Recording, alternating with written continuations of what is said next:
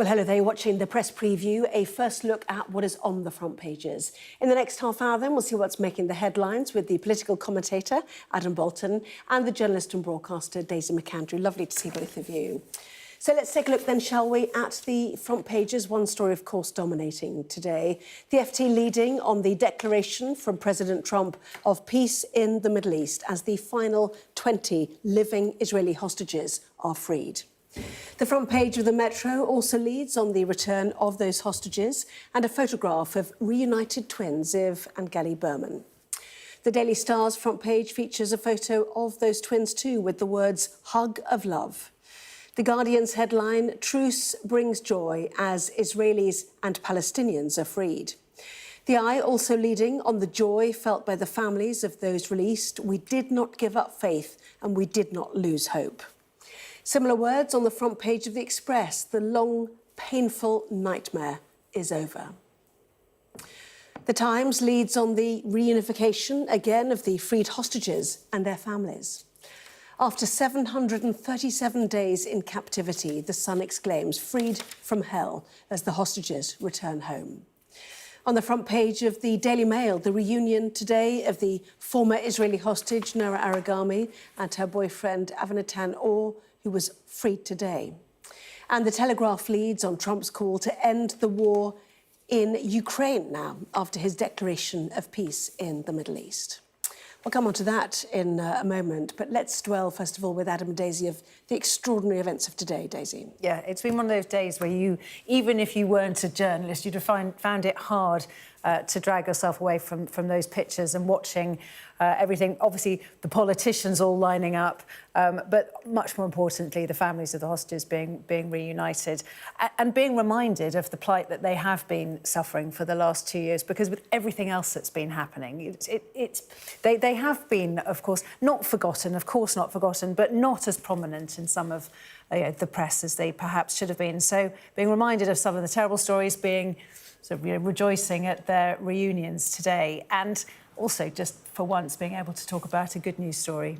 It's been very, very lovely. And, many of the faces that we now see on the British newspapers are famous in Israel. They are absolutely everywhere. Yeah. And the newspapers picking up some really specific stories, including the Daily Star. Indeed. I mean, the Daily Star quite often has a sort of jokey front page, but this time, we thought it was worth talking about because they've gone serious there. And they've got, this is an amazing story of twin brothers who were both taken hostage and held separately. So they've been reunited after more than 2 years together. The headline there, "Hug of Love." And it also, Daily Star's got a little bubble saying, "Thought for the day, at last." Just those two words. So I think it's a really effective front page, which they've got. I mean, it is remarkable the good condition which a lot of these hostages do seem to be in, and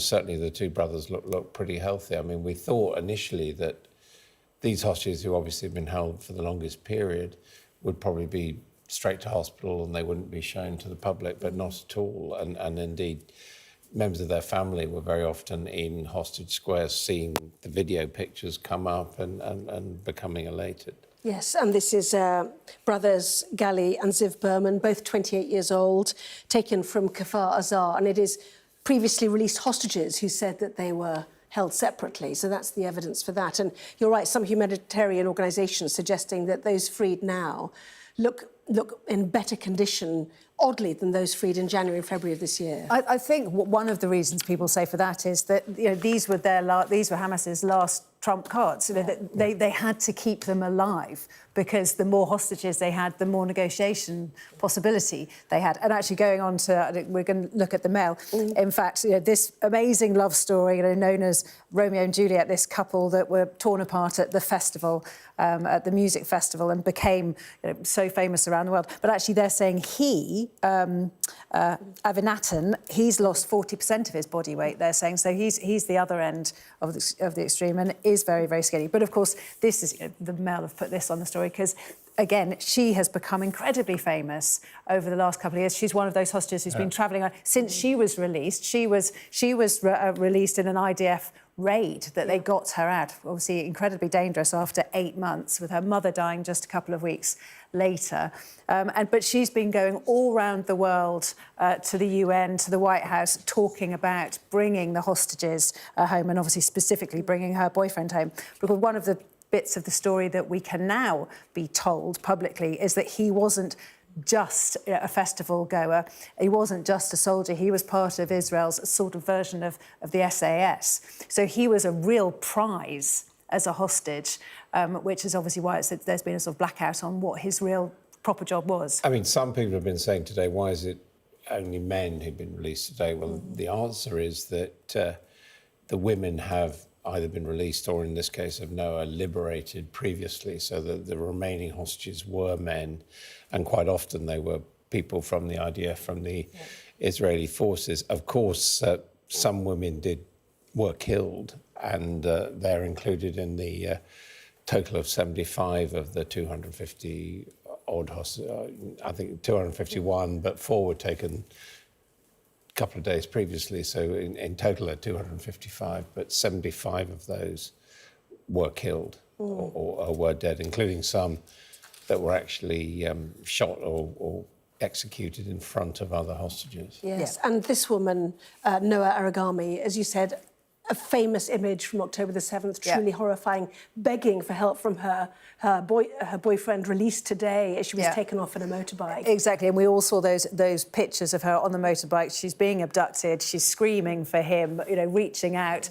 It was just such a horrendous image, knowing that they were both, they had both been taken. And obviously then, great joy when she was released 8 months later, but never knowing whether she was going to see her boyfriend again. Well, she had been held, we're told, with one of those who's come back today in a coffin, Yossi Sharabi, held alongside one of his neighbours as well. He had been taken from Kibbutz Be'eri, and if you remember, his brother was freed in February of this year, and yet Eli Sharabi's wife, British-Israeli wife, and 2 children were killed, and only 4 coffins returned today.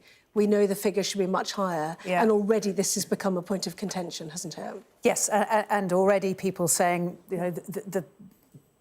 both sides aren't sticking to it. Hamas hasn't stuck to their side. They haven't provided the bodies. So, what should Trump and Netanyahu do now? And does this mean it's all going to start unravelling, before the ink is even dry?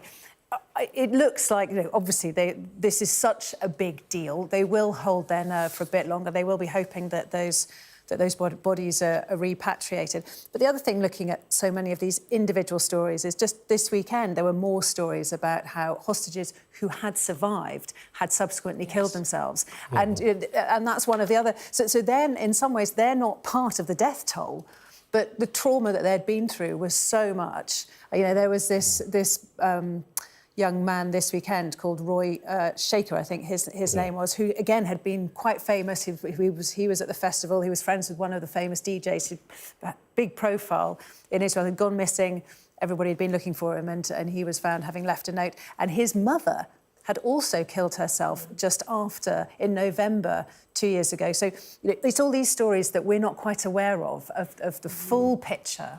And I think we'll get more picture. I mean, the Express front page. Has got that headline, "The long painful nightmare is over." Yes, if we look at the Express, then... But of course, as Daisy says, it's not going to be over for a lot of people. It's going to be traumatic. And they've got... we're going to hear, I think, over the next few days, the individual stories of these people. And interestingly, they've got a picture there of... Evyatar David with his father, Avishai. Now, he was the one who was apparently made to dig his own grave, and utterly emaciated. And his picture was put up by Greta Thunberg to show the suffering of the Palestinians. She made a mistake. She mistook him for a Palestinian. Yes, he's the middle of the panel there. On the right-hand side, and the eye as well. We did not give up faith. We did not lose hope.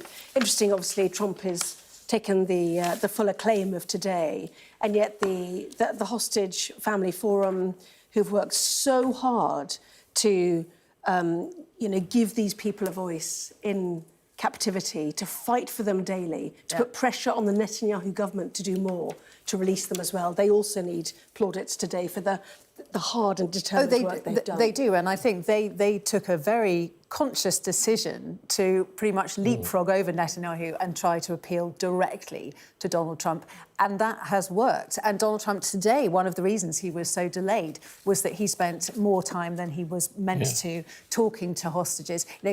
No matter what you say about him, he does and he did care about the hostages. It wasn't just, we all joke and say he just wants a Nobel Peace Prize and so on. Well, there's a lot more to it with him on this. And what he wants, he loves Nobel flattery and praise. You could see him there, smiling like the Cheshire Cat with a sort of almost goofy grin as he was praised in the Knesset. And, interesting too how kind of businesslike the Israelis are. The presiding officer in the Knesset actually taking off his yellow ribbon badge and saying we're taking down their pictures because they're home. And worth pointing out, interesting story inside the eye. We haven't got any more details, but they say that Blair boost, they say, Donald Trump will override opposition to the former Prime Minister helping to run Gaza. Very interesting. And also we heard Sir Keir Starmer today suggesting the UK might use its lessons from Northern Ireland as talks enter the next stage in terms of decommissioning of weapons, which is another very difficult point. Well, I mean, a lot of the 20-point plan does smack of Tony Blair. He is a details man. He's been there before the Good Friday Agreement, so I think that's and he was there on the stage with Donald Trump. I remember in the immediate aftermath of the Good Friday Agreement in 1998, he went on a visit to the Middle East, to both Gaza and to Israel, thinking that, he already had something to offer in terms of making peace. Now, obviously, here we are 17 years later, but nonetheless. Well, we will talk more about the future because this is the question now, is it not? What happens next? As President Trump declares an historic dawn, we will discuss the chances of success for phase 2 and more of this Gaza peace deal.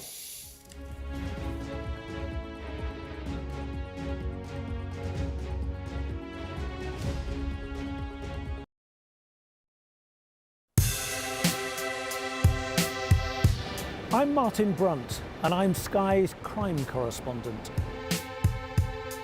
My most memorable story was, and still is, the disappearance of Madeleine McCann. Please, please do not hurt her. Please give our little girl back. It's a case that has shocked, puzzled and divided the public like no other. We aim to be the best and most trusted place for news. The story is really one of vast numbers of Unite the Kingdom supporters turning out and taking the police by surprise. I remember the grimmest case, the Soham murders of schoolgirls Holly and Jessica. I felt I can't undo what's happened, but I can help explain it. Ian Huntley was arrested and charged within a fortnight of the murders. Jihad al-Shami, the suspected Islamist terrorist who murdered Jews on UK soil. My biggest challenge was to persuade a jailed diamond thief to answer my letters. Martin Brunt, Sky News at the Old Bailey.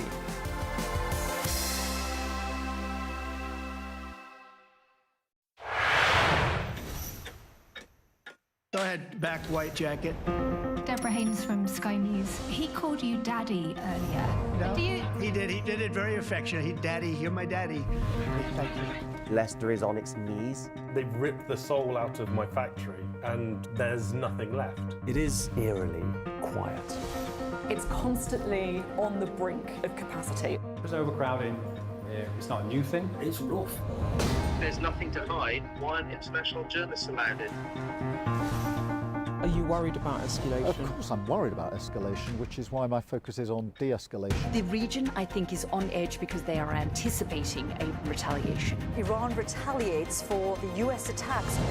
Founding principle of the alliance, that an attack on one is an attack on all. Could Putin attack another NATO country within 5 years? I'm Dominic Waghorn, Sky's International Affairs Editor, covering a world that seems to be unravelling. It's not his country, it's ours.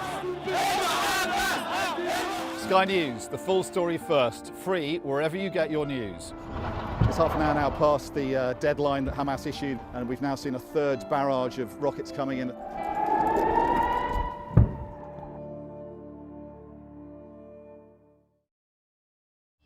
We arrive. A secret hospital hidden in the Myanmar jungle, treating the victims of this bloody war.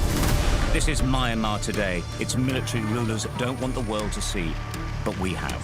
I fight for my own future. I fight for my generation's futures. This is an actual crime. They don't care for that. Myanmar army is only a couple of kilometers away. So this is a major humanitarian disaster.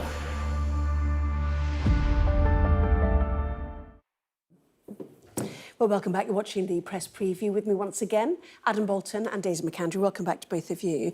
Let's get to the Financial Times, shall we? And the peace summit that followed the address to the Knesset, as we saw from Donald Trump today. And in fact, I was drawn by what the words of the Egyptian president said, President Abdel Fattah al-Sisi, calling for a two-state solution and that the Palestinians needed hope now. Yeah. And the whole point is that who really will support a two-state solution after what's happened and how that is achieved? Well, exactly. And of course, we don't know what is in. We don't know with any detail what is in this plan. We were saying just before the break that there are lots of rumours that Tony Blair is going to be closely involved with this plan and fleshing it out. But fundamentally, it comes down to two-state solution. Obviously, from Trump's point of view, from Netanyahu's point of view, it was all about getting the hostages back. But that's the beginning of the end, rather than actually starting some sort of,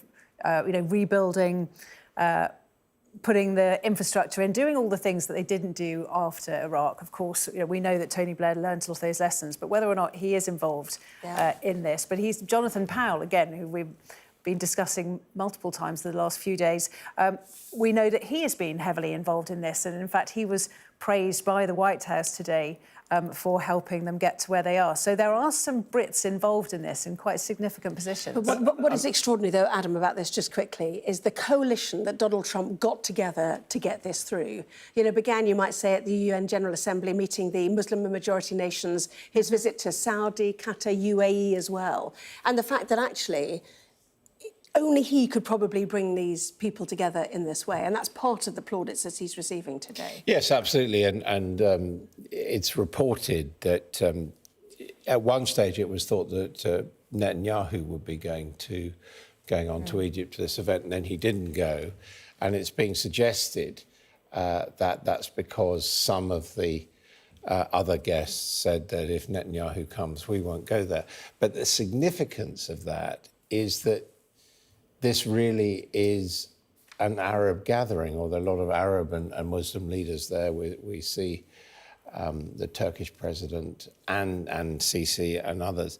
And so on the two-state solution, it may not be that the United States has said it will back now a Palestinian state, but the difference between now and when there was the Riviera video of Gaza is that they are not talking about displacing the Palestinians. They are talking about an interim,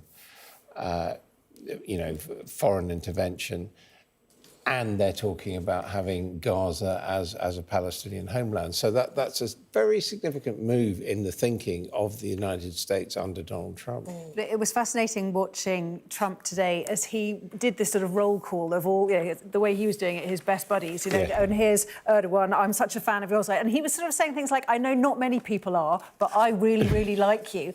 And then he was saying things like, here we are, the men and women here, not that many women, the men and women here are the richest and most powerful and have some of the lowest crime rates in the world. And these are the things, a lot of the types of characters that he has broken bread with and made this deal with are the types of people that your Joe Bidens wouldn't do it. Now, Although we should say more hostages came out, yes. under Joe Biden's presidency. No, that's absolutely right. And so do the ends justify the means? To do a deal with somebody who has a bad human rights record, the hostage families would say yes, it absolutely does. Adam, I just want to bring in the Palestinian prisoners, which we see mentioned here in The Guardian. The real focus of the newspaper is the hostages meeting their families, but they do mention the Palestinians. Well, that I was going to go on to say, because, you know, the people released by the Israelis, the Palestinians released by the Israelis, fall into two categories.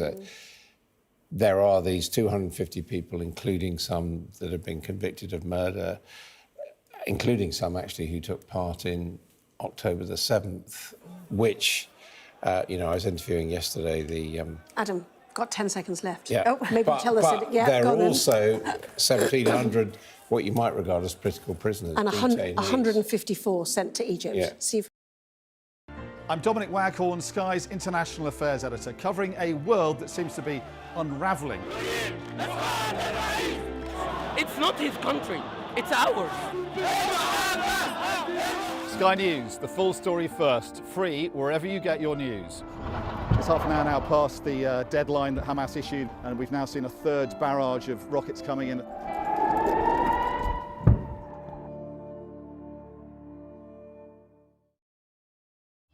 We arrive. A secret hospital hidden in the Myanmar jungle, treating the victims of this bloody war. This is Myanmar today. Its military rulers don't want the world to see, but we have. I fight for my own future. I fight for my generation's futures. This is an actual crime. They don't care for that. Myanmar army is only a couple of kilometers away. So this is a major humanitarian disaster.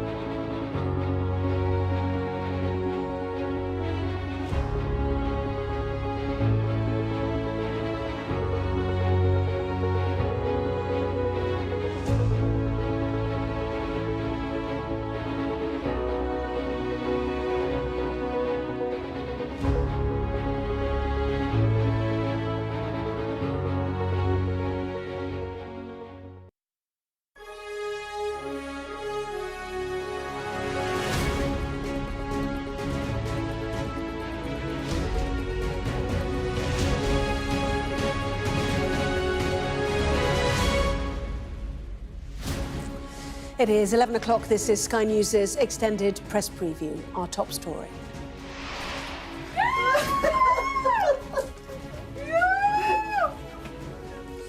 Joy as all remaining living Israeli hostages are returned from Gaza, but there's some anger over a failure to hand back the remains of all those who died.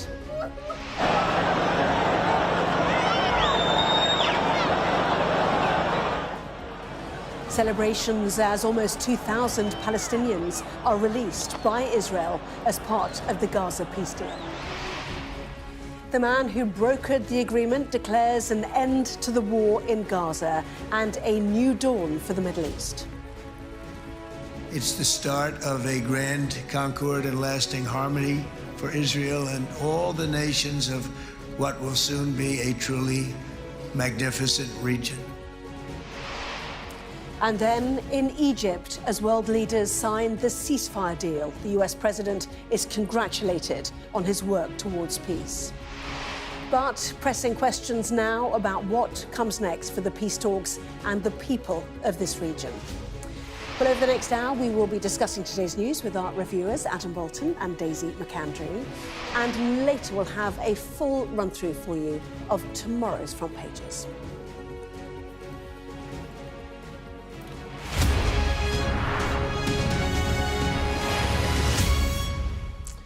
Hello there, good evening. Today, celebrations in Israel broke out as all remaining living hostages were released today by Hamas.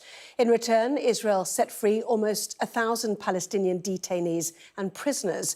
It was all part of the first phase of the Gaza peace deal, brokered by President Trump. He visited Jerusalem and Egypt today to herald what he called the historic dawn of a new Middle East. But there are still unanswered questions. In Israel, there's anger over what it says is a failure to return all the bodies of hostages killed in captivity. And in Gaza, for the people returning to homes now reduced to rubble, there is uncertainty over what comes next. Well, over the next hour, we will bring you tonight's headlines, tomorrow's front pages, and the views of our paper reviewers, the political commentator Adam Boulton and the journalist and broadcaster Daisy McAndrew. But first, our international editor Dominic Wycorn has tonight's first report. After 2 years and an agonising final few hours, signs of movement. Filmed by our team inside Gaza, Red Cross vehicles snaking through its devastated hellscape with hostages on board. Then into Israel. The roads lined with crowds cheering their return. The 20 hostages, all of them men, were then flown from southern Israel by helicopter. Their ordeal has traumatised an entire nation. Their release, freeing Israelis from that torment. After waiting for so long, the agony is over. For those who were kidnapped and their families who feared this moment would never come. Guy Gilboa Delau was abducted at the Nova Music Festival on October the 7th, reunited today with his family after so long, all of them overwhelmed with joy.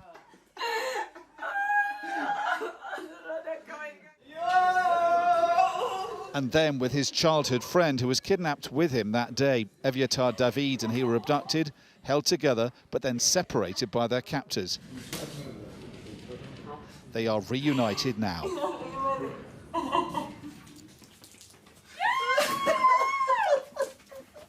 Etan Moore was also kidnapped at the music festival, hugged for the first time in 2 years today by his parents.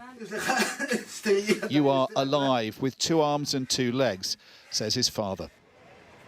The day has felt like several compressed into one, because as the hostages were being freed, the man responsible for their release was coming into land. Other presidents might have waited to see how their diplomacy would work out. Not Donald Trump, here undoubtedly to bask in the glory, but also keep up the momentum for a deal he believes could transform the region. We have seen other American presidents lauded in Israel's Knesset, but never quite like this. This was the first of what would be at least 20 standing ovations. Donald Trump is the greatest friend that the state of Israel has ever had in the White House. President Trump is thought to have forced Israel's Prime Minister to agree to this deal. Benjamin Netanyahu, though, told the Knesset the war is over. The last 2 years have been a time of war. The coming years will hopefully be a time for peace. Then the president spoke for over an hour. Never forget and never again. Stopped repeatedly with applause. And once by protest from Israeli Arab and far-left politicians. Now so many people in Israel, and apparently outside of Israel too, although to a much lesser extent, refer to Trump as if he was the savior. He is not the savior, he's part and parcel, a total complicit in the genocide that Israel carried out for almost 2 years, for about 2 years. Donald Trump was emphatic. This is the start, he says, of a new dawn. This long and difficult war has now ended. You know, some people say 3,000 years, some people say 500 years, whatever it is. It's the granddaddy of them all. And in an unprecedented achievement, virtually the entire region has endorsed the plan that Gaza will be immediately demilitarized, that Hamas will be disarmed, and Israel's security will no longer be threatened in any way, shape, or form. On the West Bank, they were welcoming home their captives, more than 250 long-term prisoners released from Israel's jails. Another 1,700 who'd been detained in Gaza during this war allowed home too. There was enormous relief among the free prisoners our team in Gaza spoke to. It feels like I've been born again, like we've come back to life after going through hell. Prison was hell. I swear it's as if God has given me a new life. For those 19 months we were locked away, I wasn't truly living. It's a place where your dignity gets erased. We're so happy. I'm over the moon to be seeing my family and all of you. We were treated really badly in prison, but we are all well. Thank God, and we're all happy to see you. There are no state-of-the-art hospitals to receive the Gazans, and their homes have been destroyed. The full scale of the destruction in Gaza is becoming clearer, as is the urgent need for aid to flood in to help them. It has been an extraordinary day, like few others in the Middle East, of enormous emotion and high drama. But this, in a sense, is the easy bit if the diplomacy led by Donald Trump is to fulfil the promise of his rhetoric today. There needs to be immediate progress towards putting a security force into Gaza and an interim government as soon as possible. There was little apparent sense of urgency in Sharm el-Sheikh, where much of the time was used up filming each leader meeting the US president one by one. Then the leaders signed a document whose content still isn't known. Donald Trump, though, insisting the day would benefit people across the region.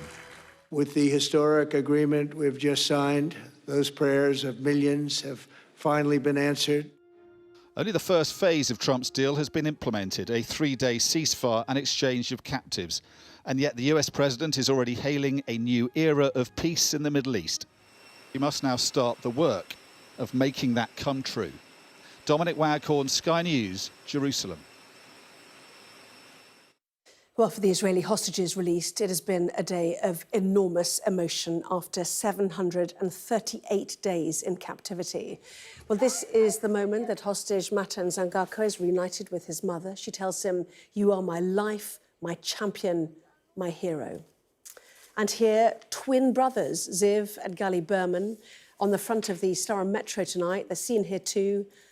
28-year-old twins were held hostage separately during their captivity, now reunited and wearing the yellow strip of Maccabi Tel Aviv. Signs were prepared for them, and from the side, Stadium's Field visible from the air. Well, after the living Israeli hostages were released, Israel confirmed it had freed detained Palestinians as part of the peace agreement.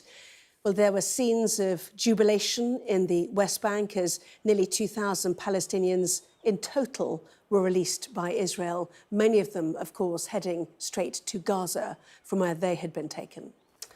Let's see how tomorrow's newspapers are reacting to that story. The Daily Star's front page features those two reunited twins with the words "hug of love."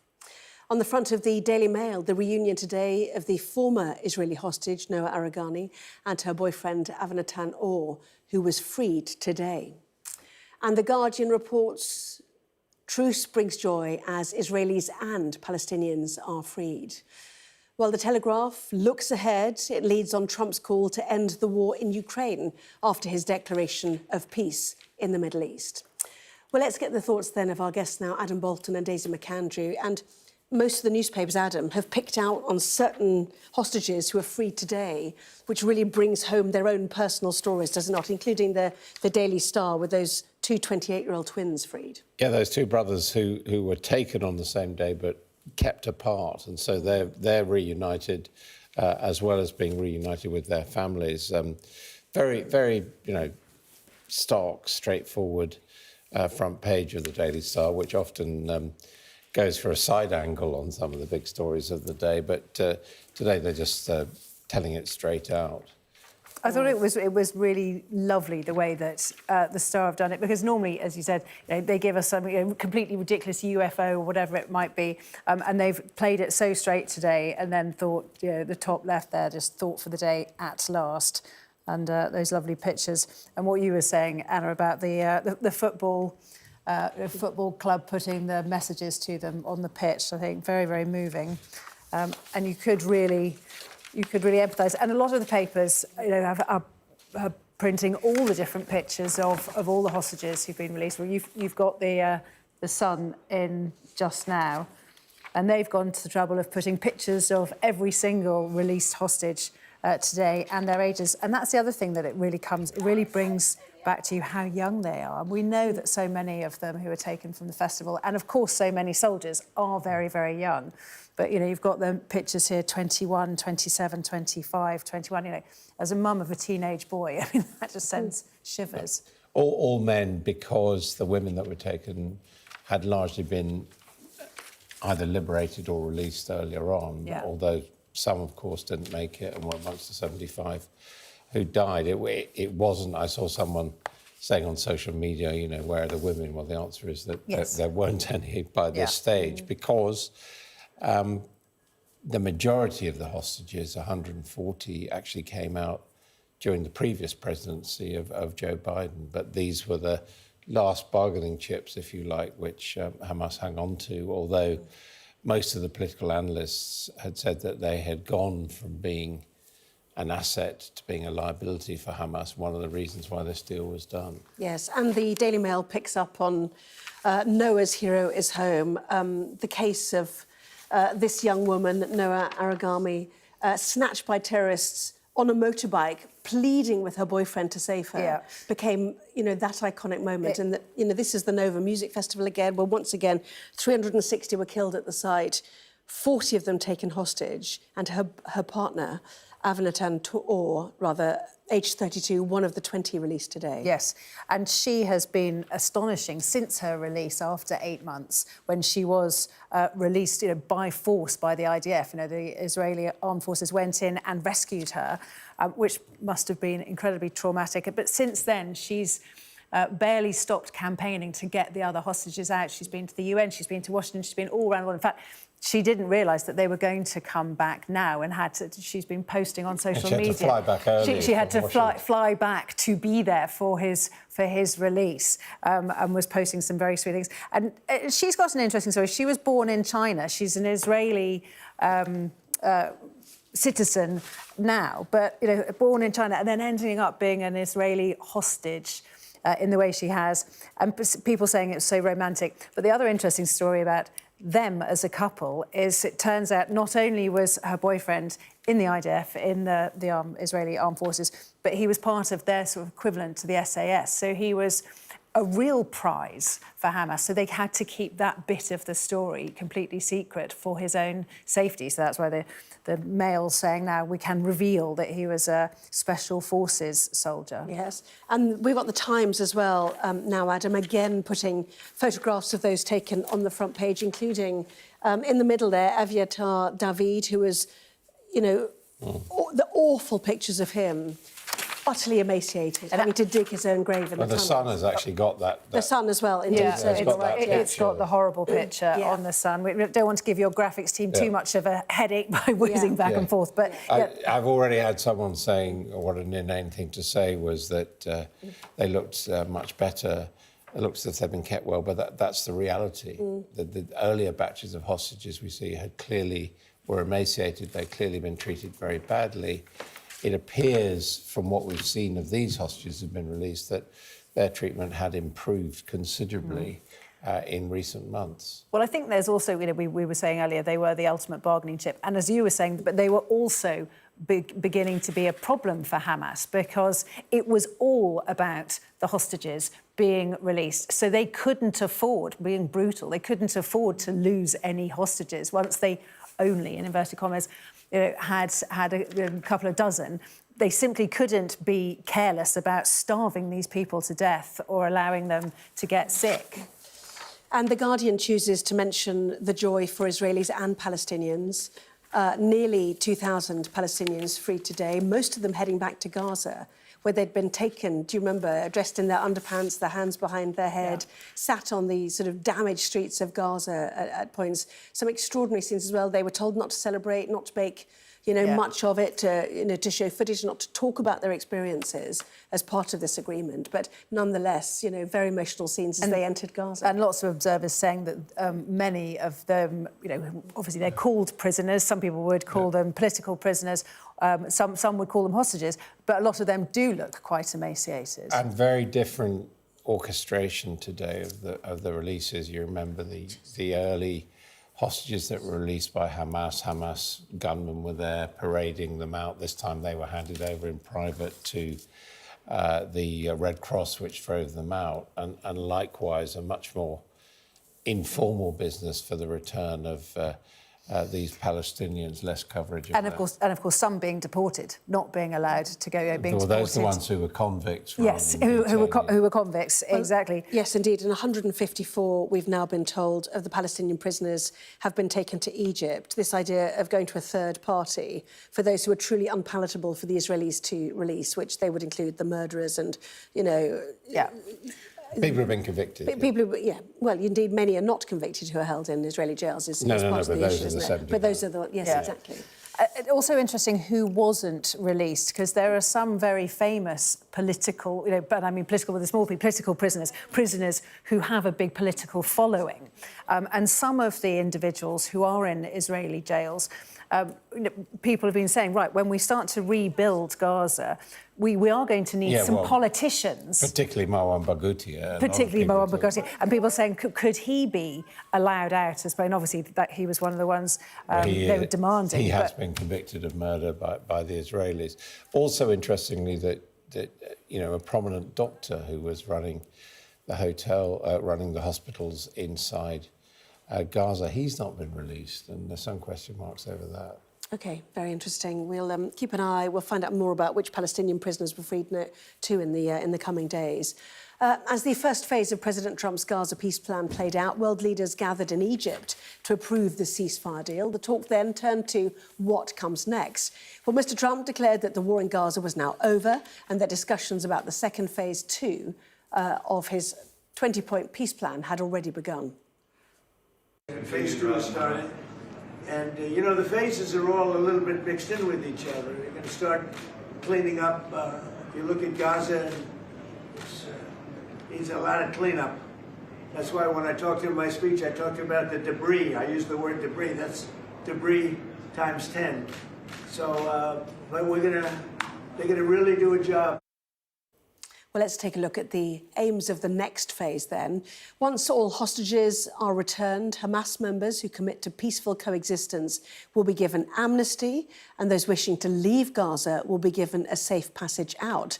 Support sent into Gaza will include humanitarian aid, resources to help rebuild infrastructure, hospitals and bakeries, plus equipment to remove rubble and to reopen roads. Well, this, the agreement states, will happen without interference through the United Nations and the Red Crescent. Gaza will be governed under a temporary transitional governance. Its committee will consist of qualified Palestinians and international experts with oversight from the international transitional body, the Board of Peace, to be chaired by President Trump himself. Well, the agreement says Israel will not occupy Gaza. At the moment, the IDF has moved to the agreed initial withdrawal line, still in control of part of the territory, about 53% in fact. Over time, the IDF will move closer to the border and continue to hand back territory until Israeli troops have fully withdrawn. So let's take a look at the eye on this, first of all. Their headline is, "We did not give up faith, we did not lose hope." But they talk about words from Sir Keir Starmer today about the role that the UK can play after the spat over the weekend about Bridget Phillipson's comments about working behind the scenes, and that being roundly shouted down. Obviously, Steve Witkoff said Jonathan Powell was very critical to the. But anyway, talking about Northern Ireland peace process and our experience there of disarming groups. Yeah, so we have people, obviously, who have great experience, namely, well, in fact, we also have John Major, but specifically Tony Blair and Jonathan Powell. Jonathan Powell, who was Tony Blair's right-hand man in Downing Street at the time, and now is back in Downing Street. So it's really interesting that he's there. Many people saying, you know, those are the people who Trump really, and those around him, are really looking to offer some guidance. But you compare and contrast that to the frontline politicians like Keir Starmer and Bridget Phillipson, sort of metaphorically and physically trying to get into the action. I mean, you saw, I don't know if you saw the... I mean, I do have to say, on balance, it was Huckabee, the Israeli ambassador to Israel by the US, who said that it was delusional to say the British had played a part. And he, it has to be said, was congratulated and applauded in the Knesset today. But on the other hand, Witkoff, who's at the centre of the negotiations, said that indeed Britain did play a key part. But I think that's what I was trying to say. It's behind the scenes, the Brits like Powell and Blair, who do not, I mean, Powell does have Downing Street, Rob, but, you know, who aren't in the British government at the moment, Blair being such, as opposed to, you know, Keir Starmer having a big role. It's slightly different. It's interesting. Well, Jonathan Powell was there with Keir Starmer today, but interestingly, Tony Blair was there as well. Yeah. Well, actually, hold your thought, because Tony Blair was entering the conference today, touted, as you heard us discuss, as a possible member of that Board of Peace. Anyway, our political editor, Beth Ruby, tried to catch up with him. Beth Ricky, Sky News, Mr. Blair. So what do you say to those who think you shouldn't sit on the board, sir? Sorry, Adam, I interrupted you. Elusive as ever, one might say at that moment. But anyway. Because, I mean, he's not saying anything publicly, although we do know that the Tony Blair Institute was actually in the White House talking about ideas for the future of Gaza. One of the things they appear to have done is end any idea of displacing the Palestinians, because they said right at the start, the Institute said it wouldn't have anything to do with that at the time when people were talking about the Riviera. So that might be positive. Some Palestinians have said he's not acceptable, but it looks, you know, if he's welcomed on the stage by Trump, if this next stage of having an interim Peace Council comes into existence, it seems likely that Tony Blair will be on there. Because on the plane over, you know, on Air Force One, Donald Trump had seemed to imply that he was going to take soundings as to whether Tony Blair would be acceptable, because clearly the Iraq war looms large in this region.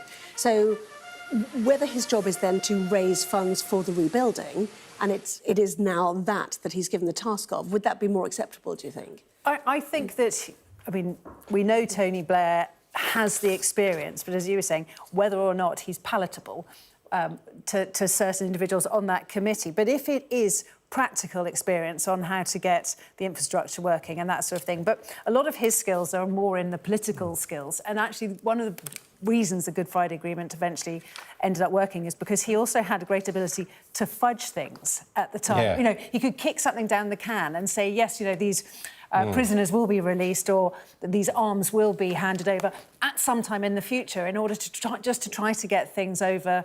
And of course, that is not Donald Trump's style. Yeah. He's much more sledgehammer than that. The biggest question mark, it seems to me, over all of this is what Hamas are going to do. Yeah. Because they haven't been entirely destroyed. They are still there on the ground in Gaza. are they going to be under pressure to disarm and disband and enter the political process as eventually the Provisional IRA and the Protestant paramilitaries did? We don't know, but what we do know, as you say, that took the best part of a decade to get to that point after the Good Friday Agreement. I don't think Donald Trump is patient enough for that. Well, as long as he's got his Nobel Prize by then, he'll be patient. Well, let's move on to phase 2 of that, shall we, which is the front page of the Daily Telegraph. Let's now end the Ukraine war, because also on that flight over, he dwelt on the idea of sending Tomahawks to Ukraine. And you could see him in the Knesset, where Benjamin Netanyahu was talking about the bombing of Fordo in Iran, taking out Soleimani in his previous, the IRGC leader in Iran as well in his previous term as president. Changed the balance of power in the world, and it was peace through strength, peace through strength. You know, it brought America back into the driving seat, he said.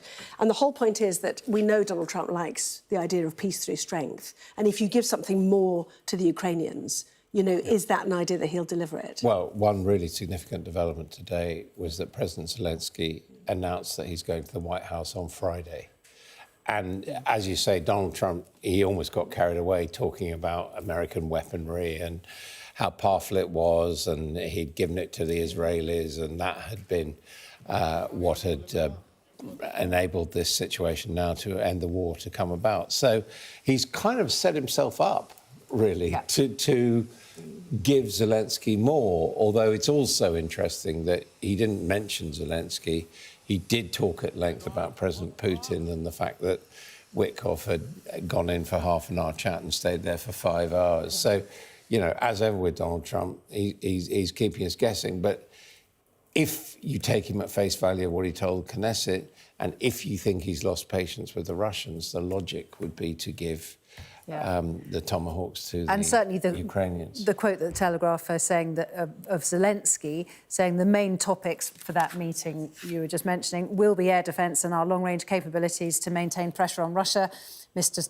Trump threatened the Russian president with deliveries of Tomahawks to Kyiv if he continues to stifle hopes of peace. So that's very much what is on the table. OK, watch this space for that, certainly. Thank you for now. Stay there. Lots more still to come in the next part of our programme, including Deputy National Security Advisor Matt Collins is being blamed by the government for the collapse of the China spy case. We'll be back with that.